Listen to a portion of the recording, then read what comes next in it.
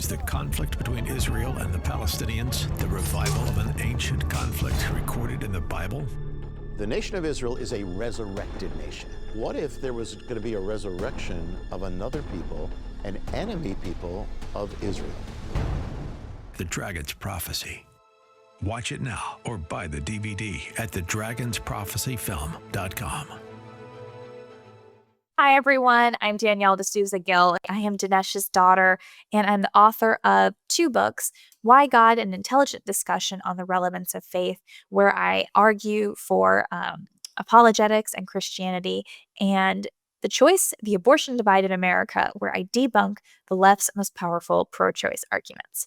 I am also a mom to Marigold and Winston, and my husband, Brandon Gill, is in Congress. We are in North Texas, and I'm just so delighted to be here. So today we are actually going to talk all about Christian revival, what we're seeing in this country. Some amazing things are happening with a return to religion, and we are seeing some very just great stats out there. So we're going to unpack some of those, and we're also going to speak with Congressman Randy Fine. He is from Florida's 6th Congressional District. We're going to talk to him about his No Sharia Act. We're also going to talk to him about some other bills he's working on.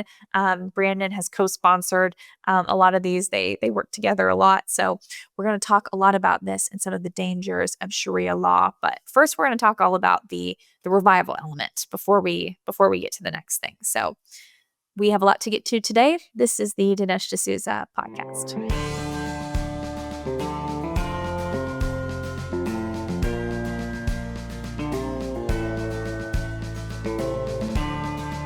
America needs this voice.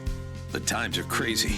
In a time of confusion, division, and lies, we need a brave voice of reason, understanding, and truth. This is the Dinesh D'Souza podcast. Today, we're going to talk about the growing influence of Christianity and the transformative role it plays in the lives of individuals, in societies, and in the world. There have been a lot of positive reports on the religious front since the tragic assassination of Charlie Kirk. Many are calling this the Charlie Kirk effect. Religious leaders across the country are reporting noticeable increases in attendance at church services, at Mass, in college faith communities, in many events, with some estimating an increase of about 15%. Attendance at the traditional Latin Mass and Orthodox services is also on the rise, especially among young people. These numbers have continued to increase in the wake of Charlie Kirk's tragic death. Yet it was Kirk himself who pointed out that just weeks prior to his death, that, quote, there is revival in the Christian church. Churches are growing, young people are flocking to faith in God. Kirk was noticing what many in recent months have pointed out, what atheists thought they killed with their poisonous words and edgy social media retorts has once again risen from its grave. From the very first Easter, you'll notice this is a pattern with Christianity. People try to kill it, and the faith only comes back stronger. In 64 AD, Nero scapegoated Christians, blaming them for the burning of Rome, but the courage and conviction of the Christians generated sympathy.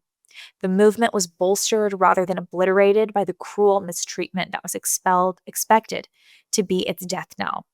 Throughout all the Roman persecutions, the example of the Christian martyrs attracted new believers as stories of their deaths inspired other Christians to deepen their faith as well. The final and most severe imperial persecution of Christians, known as the Great Persecution, ended in 311 AD with an edict of toleration issued by Emperor Galerius. Just 1 year later, in 312 AD, Constantine's victory at the Battle of the Milvian Bridge increased his growing goodwill towards Christianity. As a result, he and his co-emperor issued the Edict of Milan in 313 AD, which established religious freedom for Christians. Constantine's actions led to the conversion of the whole empire.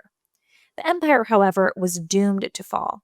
A little over a century later, in 430 AD, as the Roman Empire was crumbling in Africa, Vandals laid siege to Hippo as the great Saint Augustine lay dying of fever, the walls of his room covered in psalms so that he could pray as he lay dying.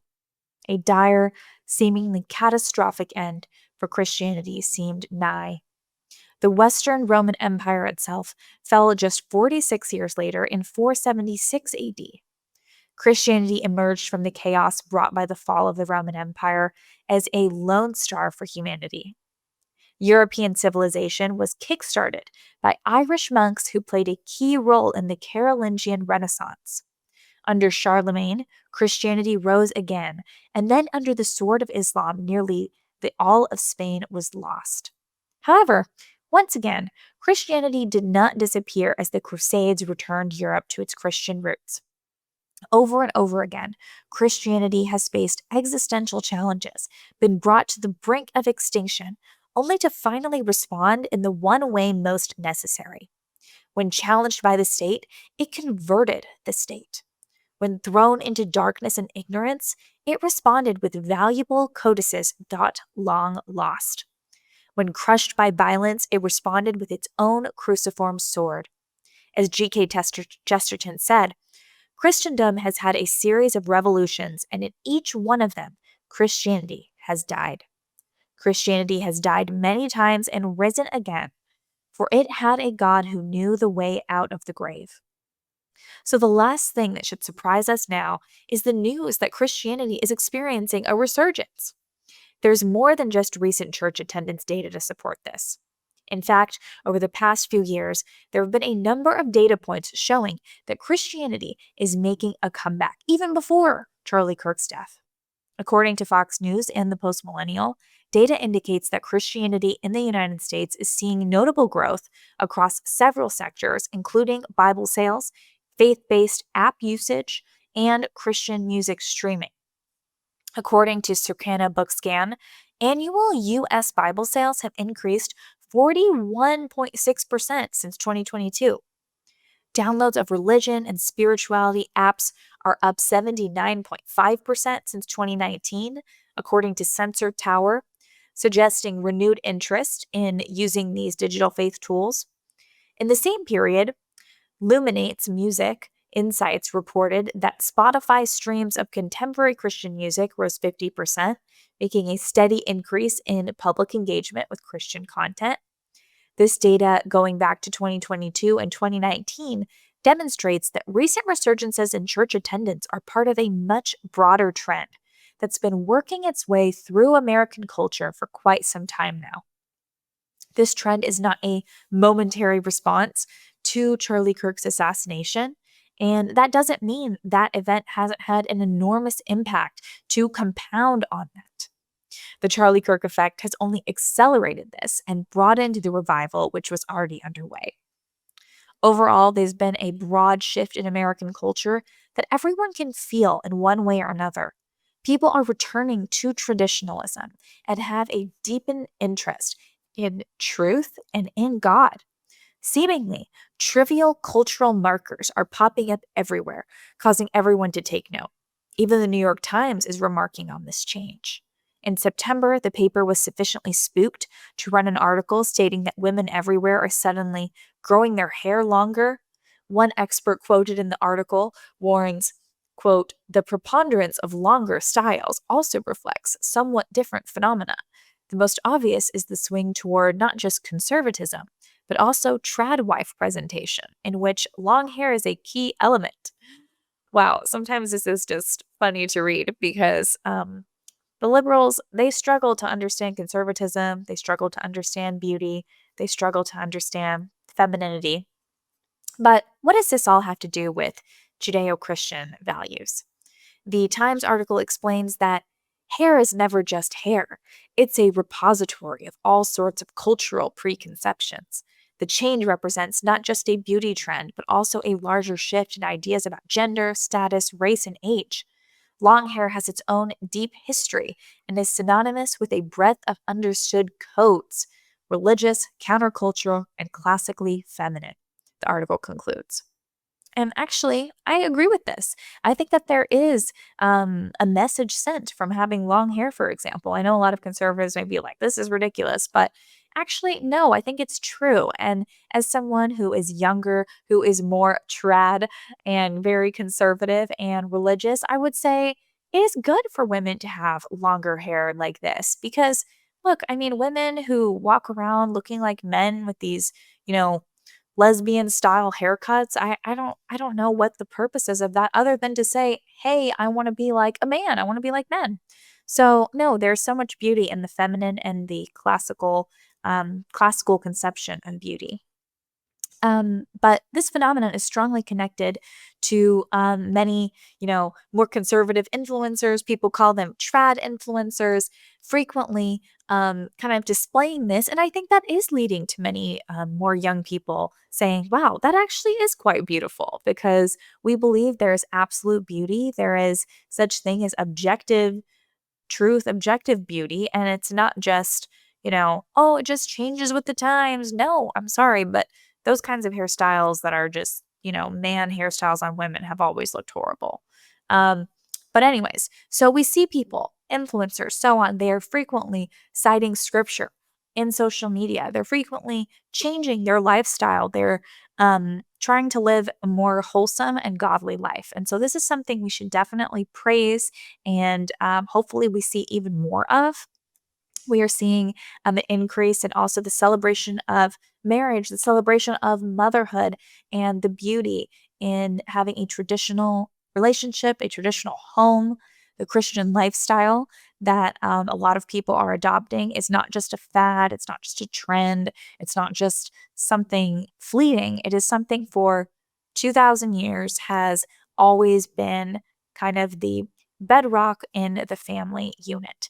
And putting such a strong emphasis on male and female roles within marriage, within motherhood, within fatherhood, in order to raise children is so essential and important, and is something that was actually, I think, quite lost even during, conservatism of the last 50 years, because there was so much focus on only, free markets, lowering taxes, freedom, and we completely lost sight of these social important elements of our society, which are the foundation, which allow us to maybe have some of those other discussions. And so this is not a fad, I don't think. I don't think this is a trend that's going to be passing anytime soon. I think that people my age and younger, Gen Z, are going to be leaning into this even more. And I would encourage them to not back off at all, to keep leaning into it, because it's just going to remake this country and make it so much better than it has been during our lifetimes. Fortunately, we've seen that many young men are becoming more conservative. And I think as a result, we're going to see young women doing the same thing. We're going to see the families going in that direction as well. We're going to see them flourishing even more. The fact that this is even being presented as something that the New York Times has to write about and so on, I think shows just the big cultural impact that we are having and how we are changing the country. We can see that women are happier when they live this way, when they live in a way that is glorifying to God and to their family. We see just absolute rises in happiness, and women who just devote their lives to slavish companies and so on, they're not happy. They're not happy at the end of the day. And again, this isn't to say that, some women work and some women don't work or any of that, but I think it's that we're seeing a return to God. We're seeing a return to focus and love for family, which is extremely important. We've seen far too many children just utterly neglected, which has led the state to step in. It's led public schools, it's led teachers to step in and basically indoctrinate these kids. So we need to make sure that these conservative Christian values are coming from the home first and foremost. You cannot give up that to anybody else. You can't give it up to school. You can't give it up to government to step in for you, because the result is going to be just complete mayhem. And we've seen that the left, they encourage this. They encourage women to sacrifice their family for these empty kind of accomplishments and so on, when at the end of the day, what do we really look at? Well, we see that there are these corporations and so on, and there's nothing wrong with working in corporations. A lot of men, they work there and they're quite fine, they're happy. But for women, I think when we neglect our family and when we're not with our husbands or kids and so on, it does affect us differently. When I first came to America around 1980, I had $500 in my pocket. That's it. Now, if I'd been really frugal and not spent a penny of that money, What do you think it would be worth now? What could it actually buy now compared to what it could buy in 1980? Well, the answer, less than $130. Now, why is that? Because the US government, through the Fed, is constantly printing money and devaluing your money. When the government prints money, there's more money chasing the same amount of goods and services. So guess what? Money goes down in value. Money buys less. The Fed has been at it since 1913. That's why a dollar today can buy just what a few cents could buy in 1913. And the government continues to print oceans of money. It really never stops. Now, an ounce of gold reached a high of $850 in 1980. It's worth now around $3,900 an ounce. So historically, over time, we see gold has gone up and up in value. Dollars have gone down and down. And what about in the last 12 months? Gold is up over 40%. I believe now is the time to find out how you can diversify your savings with gold and silver. And this is why I've partnered with Goldco. They offer the best customer service for precious metals ownership. They are also the only gold dealer that offers a first-time gold buyer rebate of up to 10% in bonus silver on qualified purchases. There's no better offer out there, so take advantage.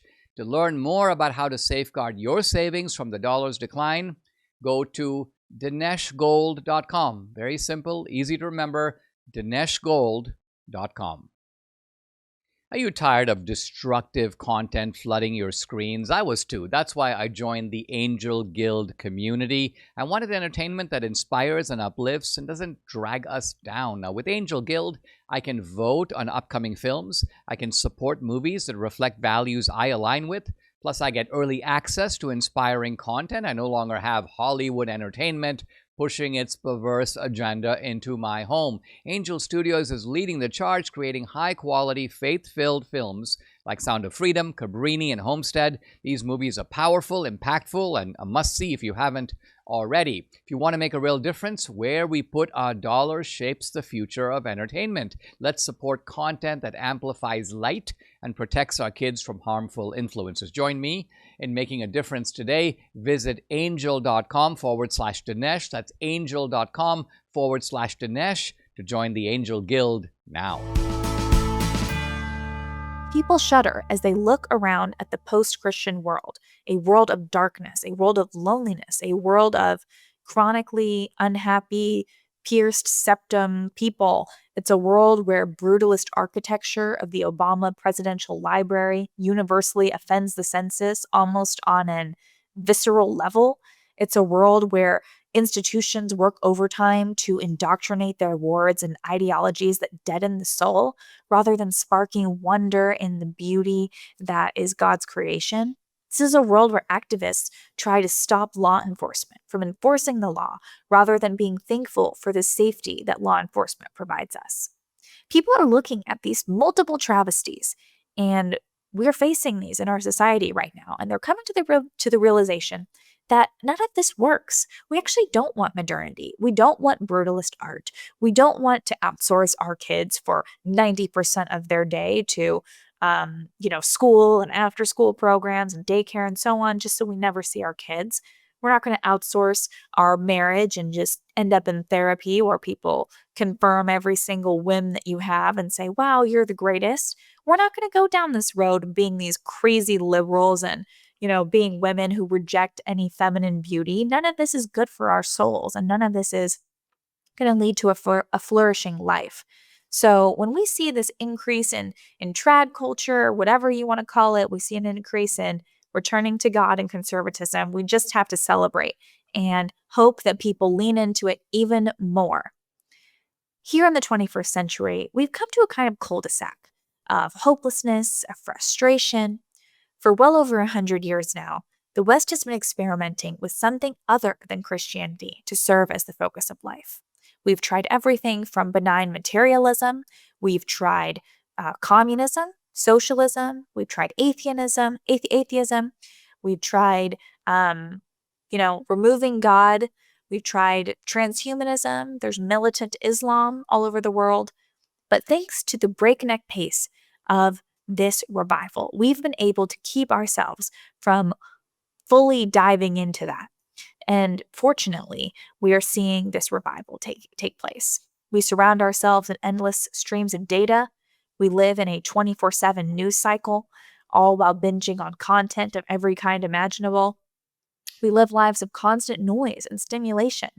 Then this drowns out the sounds of screaming that inevitably come in moments of quiet. Moments of quiet actually really allow you to think. They allow for examination of conscience and for you to kind of take a step back and just take in your day, take in the world around you. But because we fill all these moments with scrolling on our phones and so on, it's very easy for us to then be indoctrinated and fall into a hole. So this is kind of glaringly obvious, it seems, but at once alien and yet so familiar. If you have the courage to embrace silence, if you have the courage to take a step back, you eventually come to recognize it's the sound of your own soul. It's God that allows for prayer. I don't know about you, but I feel like in a lot of those silent moments and times that you have where you aren't on your phone, you're not distracted, that really is when you are allowed to pray. And so if people, for example, every night just go on their phones right before they go to bed, where is prayer going to be happening? So we all have the choice to come to grips with the God before us, to come to grips with all of this. And I think as we see the country healing, we see all of us moving towards something greater, something better, towards God than this life that is just emptiness. We're going to see such a huge change in our culture. We're going to see so many good things happening. And honestly, unfortunately, in the past, we have seen that the West was really hollowed out spiritually. We saw a real increase in atheism. We saw that so many were just spiritually lost and misguided. And we in the West are kind of voluntary fugitives from Christendom. At the very end of that maddening escape attempt, at the intersection of self obsession, technological distraction, is the slow, suffocating path to destruction.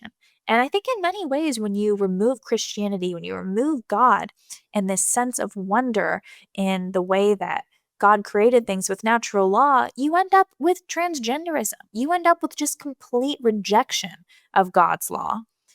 That absurdist ideology that promises every kind of happiness and fulfillment, whatever you happen to think in your mind, whatever you want, can just be, found for you at the edge of the scalpel or by taking these medications and becoming trans and so on. A lifetime of hormone treatments. Wow, isn't that beautiful? No. As recently as about 2 years ago, it was actually a societal force to be reckoned with. We still have a lot more to do in that debate. We still have more people we need to convince, change their minds on this, but we've made wild progress in debunking transgenderism. And we've actually seen that less and less Gen Zers are even transgender now. All of a sudden, before it was like, whoa, a third of Gen Z is LGBTQ. And now we've seen that number has just gone down, down, down. And when you speak about transgenderism, that even more so. The fates of politicians and the world's most powerful corporations and banks alike all depended on carrying water for this hybrid social movement of DEI, of transgenderism, of liberalism, big pharma. And today we finally see its true form. It actually is a fad. It is passing. Like bell-bottom jeans or 80s hair or the latest TikTok challenge. Only instead of being a momentary embarrassment like those other fads, transgenderism involves the inflicting of permanent damage on your body. And I would argue on your mind. It has longer term effects than even just the body.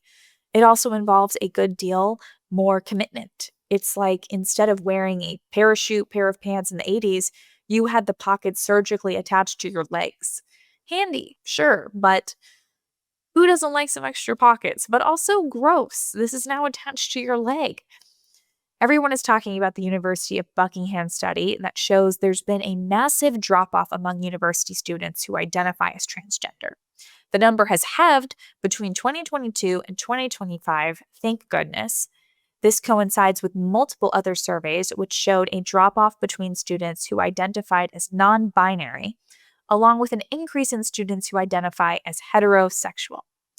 When viewed among students of differing political and religious backgrounds, the same downward trend is evident, which led the study's authors to conclude that faith or conservatism were not the factors in the downward trend. Quote, "This does not appear to be the result of a shift to the right, the return of religion, or a rejection of woke culture war attitudes. Despite high correlations between sexual, gender identity, and political attitudes within individuals, the overtime trend in gender and sexuality seems relatively independent of political, cultural, and religious beliefs.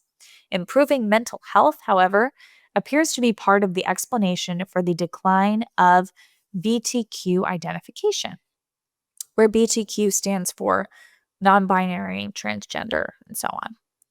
The University of Buckingham study goes into some detail documenting that systems of mental illness, symptoms of this, such as depression or anxiety, when those go down, you are less likely to be transgender. So this decrease of mental illness is the closest thing to a probable catalyst for the fall in trans-identifying college students, we believe. And this conclusion is flawed for two reasons. One is that there is a strong and well-documented connection between faith and mental health. So it could very well be that an increase in faith is manifesting itself socially through an uptick in positive mental health. A host of studies on prayer alone demonstrates the positive effects of prayer.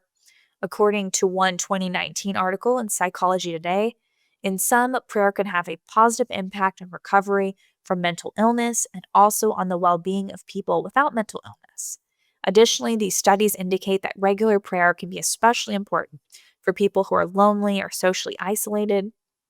In general, the power of faith in fighting psychological ills has been so thoroughly documented that the discipline of psychology has given birth to a new field called SR, which documents the positive impact of spirituality and religiousness.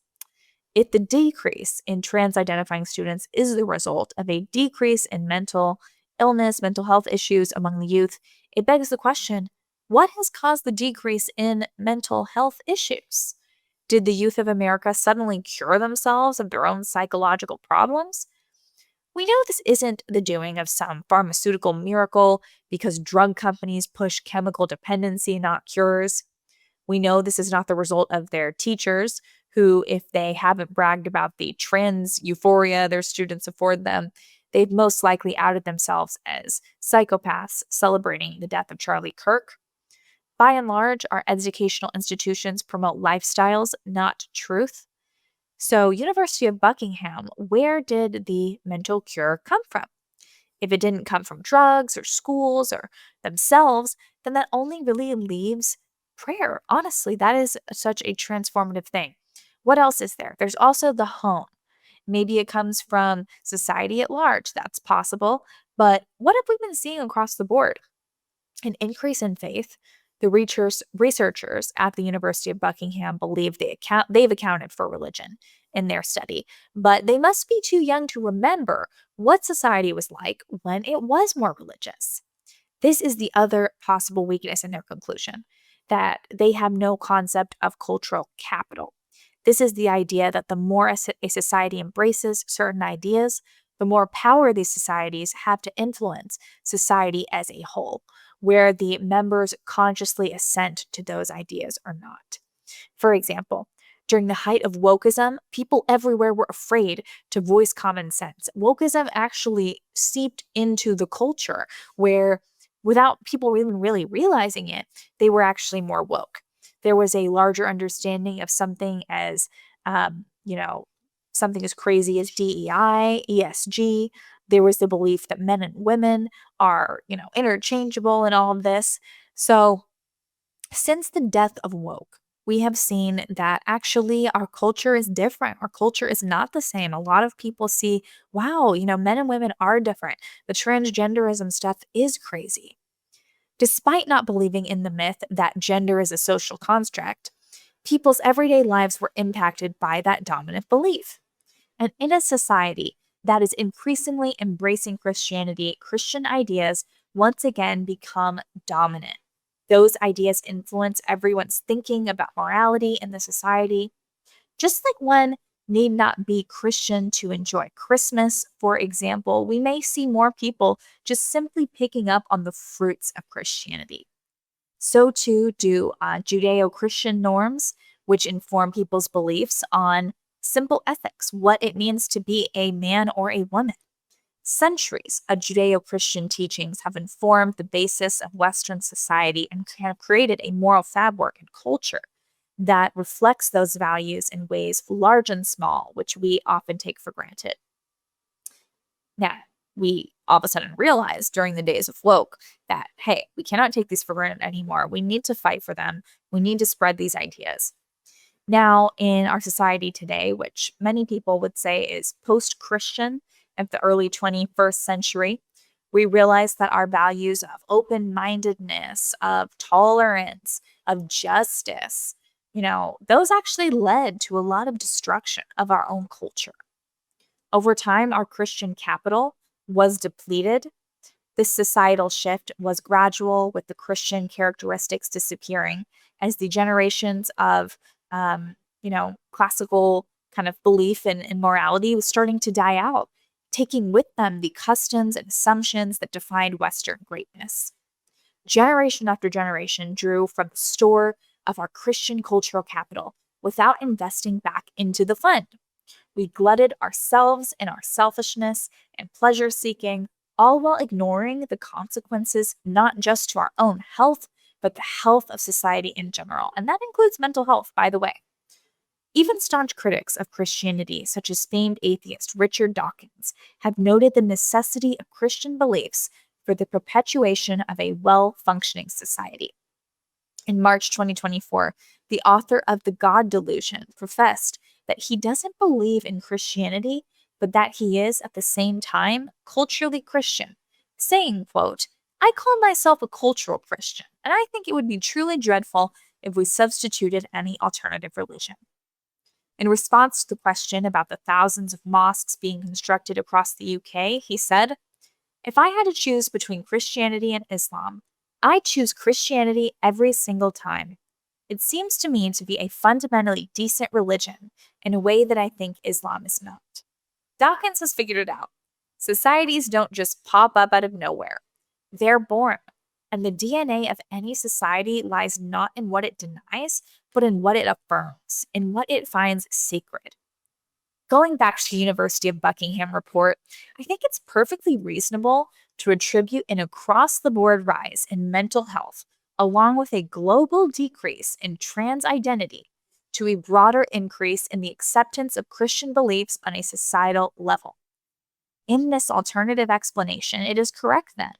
Far from disproving the impact of a Christian revival on American attitudes about gender, it demonstrates the exact opposite, a seismic upheaval in our cultural norms.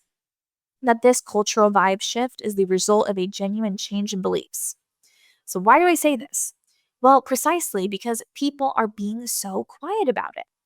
This is what it looks like when the masses suddenly embrace prayer and Jesus. Those new Bibles being sold, these spiritual apps being downloaded, faith and worship music topping the charts, a return to Latin Mass. This is the sound of millions of souls who are being converted on a deeply personal level. It's the kind of thing that you'll never see coming unless you already know what to look for. It's the kind of thing that once the researchers notice it, it will have already become a lasting and central part of our society and what it means to be an American. We are witnessing it. We are in the midst of the revival, the same one that Charlie Kirk talked about before his death, only now, thanks to his sacrifice, what he's done for all of us, it has become so much more powerful than what was happening before. And we've just seen an amplification of his message when he talks about this. If we were pagans, we would wish that he could see it for himself. The fact is, he can see what's happening from heaven.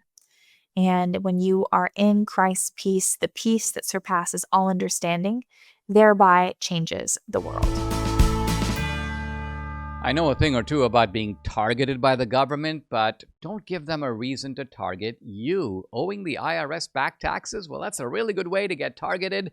Are your tax returns still unfiled? The tax extension deadline may have passed, but for millions of Americans, the real trouble is just beginning. If you miss the October 15 deadline or you owe back taxes, the IRS is ramping up enforcement. Every day you wait only makes things worse. And here's the harsh reality. The IRS has a lot of power. They can charge a penalty of 5% per month, up to 25% of your total tax bill, just for not filing. That's in addition to what you already owe. The good news, there's still time for Tax Network USA to help you. Self-employed or business owners, hey, even if your books are a mess, they've got you covered. Tax Network USA specializes in resolving financial chaos and getting you back on track fast. With tools like property seizures, bank levies, wage garnishments, the IRS is applying pressure at levels we haven't seen in years. It's not too late to regain control. Your consultation is 100% free. In one short call and a few simple questions, the experts at Tax Network USA can determine how much you can save. So call them. 800-958-1000. That's 800-958-1000. Or go to TNUSA, Tax Network, tnusa.com/Dinesh. Let Tax Network USA help before the IRS makes the next move. Mike Lindell and MyPillow are excited to announce they're having their biggest 3-in-1 sale ever with a limited edition product, a back-in-stock special, and a closeout deal you won't find anywhere else. MyPillow bed sheets, just $29.88. Any color, any style, any size, even kings. Regular price $119.98, now just $29.88, but move fast because once they're gone for good. My Towels, finally back in stock, but not for long. Get a 6-piece My Towel set, regular price $69.98, now only $39.98. And for the first and only time, get their limited edition premium My Pillows made with Giza cotton and a designer gusset, queen size $17.98, kings only $19.98. Also for a limited time, when you order over $100, you get free shipping plus $100 in free digital gifts. Call 800-876-0227. That's 800-876-0227. Or go to mypillow.com. Use promo code Dinesh for the best offers ever. Quantities are limited, so order now. Go to mypillow.com and use the promo code DINESH Dinesh. I am delighted to welcome to the podcast Congressman Randy Fine. He is the congressman from Florida's 6th Congressional District. He is a great guy, great friend. I hope that you've seen some of his recent legislation, which we're going to talk to him about today. But Congressman Fine, thanks so much for joining us. Thanks for having me. It's an honor to be here. Oh, great. Well, maybe we can start out just by talking a little bit about the New York mayor election, because this crazy communist candidate, Mamdani, looks like he's going to win. It looks like he's, the front runner. I don't think that Cuomo or Curtis Lewa are going to be dropping out. So it looks like he's going to be up there. And he has been, very radical. He's been saying radical things. He's obviously someone who is not just Muslim, but he believes in Sharia law. And I know that you have been really doing a lot leading this charge with your No Sharia Act, which would ban Sharia law in America. Can you tell us a little bit about just your reaction to seeing someone like this potentially become mayor of one of America's largest cities? Well, it's extraordinary because, and it's an honor to be here. By the way, I'm a huge fan of your husband. He's a good friend of mine. In Congress, we're both freshmen, I think, willing to openly speak our minds. And I think a lot of people aren't. But what we're seeing in New York is very troubling, that 2 decades after 9/11, someone who supports what the hijackers did on that day could actually be elected to be mayor. He's not just a communist. He's a jihadist. And you can see it in the people that he associates with and in the language that he uses. He doesn't believe Americans should have guns, but he believes that Hamas should not disarm. He's not willing to tell people don't engage in violence in New York, globalize the Intifada. He's not willing to condemn that. So it is extraordinary in America's largest city, in one of the world's premier cities, that we could fall to a communist jihadist. And it is very scary. And it says that we have a big problem that we have to deal with in America. We've been so focused on illegal immigration for the past 20 years, we have stopped looking at legal immigration. And unfortunately, over the past 2 decades, we have allowed people into this country who hate it. And we're about potentially to see the results of that in New York. Oh, it is absolutely terrifying. And what's crazy is seeing just what radical Islam has done to the rest of the world, to Europe. Um, and we even here in Texas, we see that as a big threat here as well. And a lot of people, unfortunately, seem to be just unwilling to speak out against this because maybe they just are afraid, honestly, someone could, retaliate against you. I mean, unfortunately, when people speak out against Christianity or Judaism, people don't have that fear because we're peaceful religions. But with Islam, if you say anything that is negative to them, you would have to live in fear in many cases. Do you feel like this Sharia law is that compatible with our country in any way with the West? I mean, we obviously think absolutely not. But can you explain to us, how do you argue this? How do you explain this in terms of the bill you're introducing and how you view this within kind of our legal system?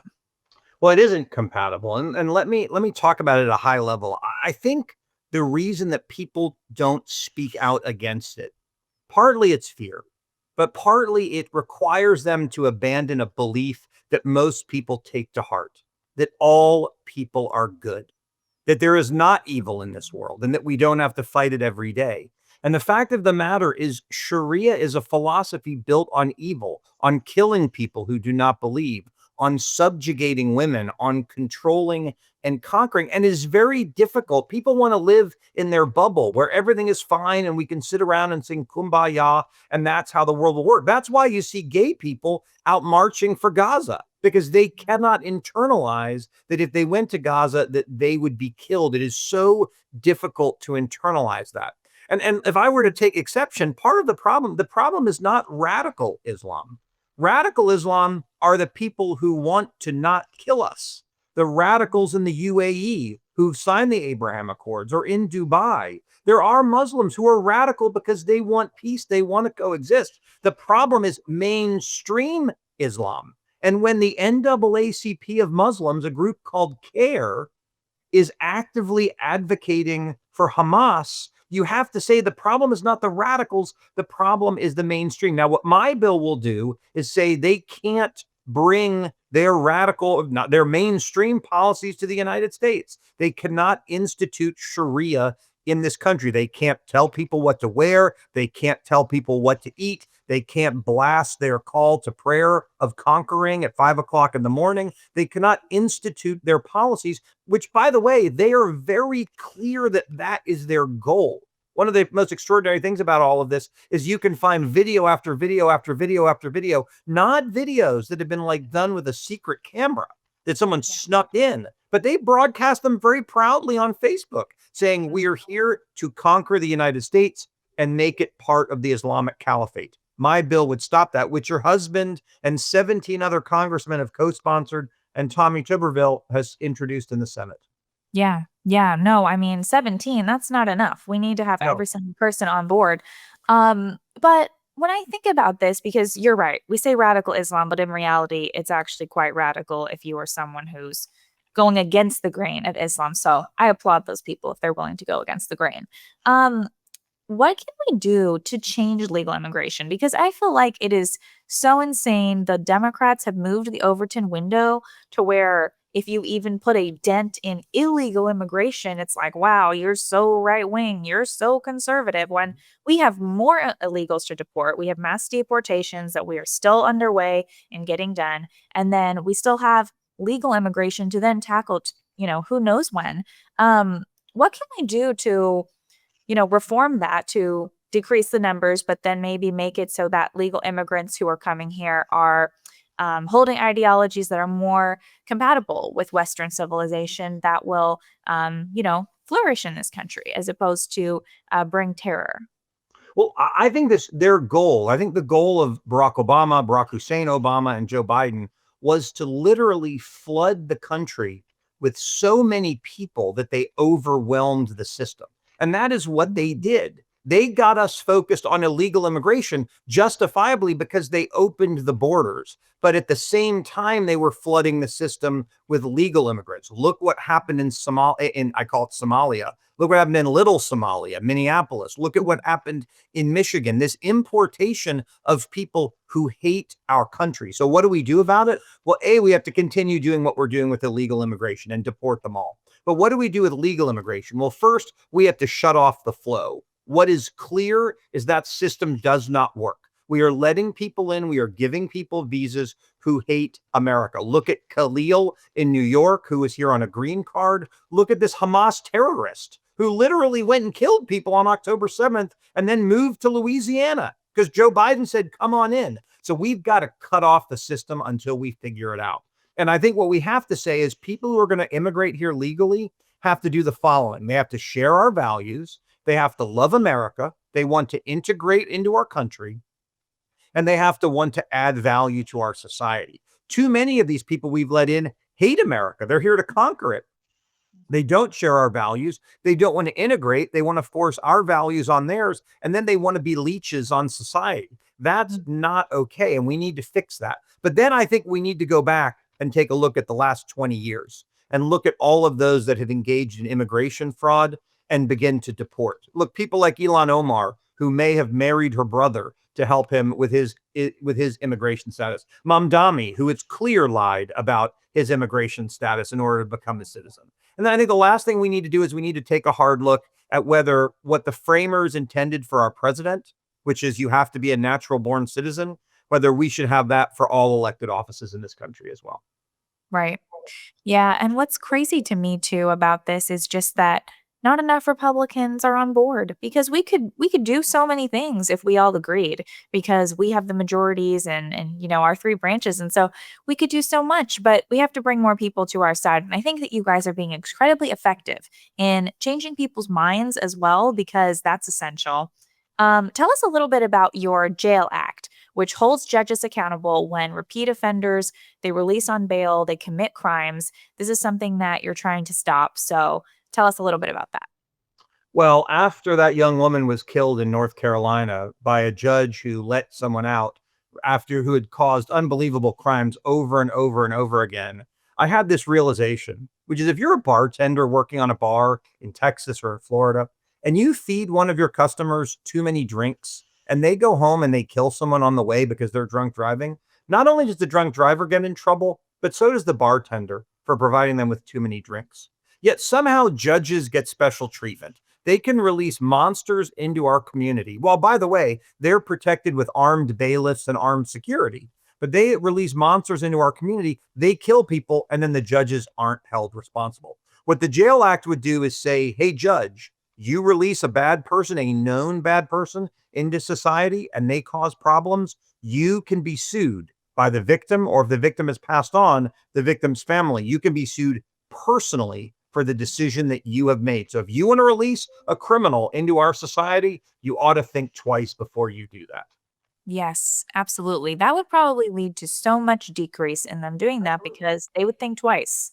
Also want to ask you about your Thump Act, which allows drivers to run over riders in the streets if they are threatened, sort of a stand your ground law. Explain. So at first when I heard this, I was like, what's Thump? And Brandon was like, thump. I was like, oh, yeah. I get it now. Okay. So explain to me how did you come up with that? So in Florida, when all the BLM protests happened, we saw people blocking roads. And I was in the state legislature at the time. And I said, blocking a road is a form of terrorism. It keeps a pregnant woman from getting to the hospital. It stops someone with a heart attack from getting to the emergency room. In big parts of my district, there's barrier islands. There may only be one bridge in and one bridge out. And if you block that, people will die. People can't get to work. People can't get to school. It is not a legitimate form of protest. Stand on the street. So back in 2020, we passed a bill in Florida that said if you block the road, people can run you over. And guess how many people have been run over since we passed that bill?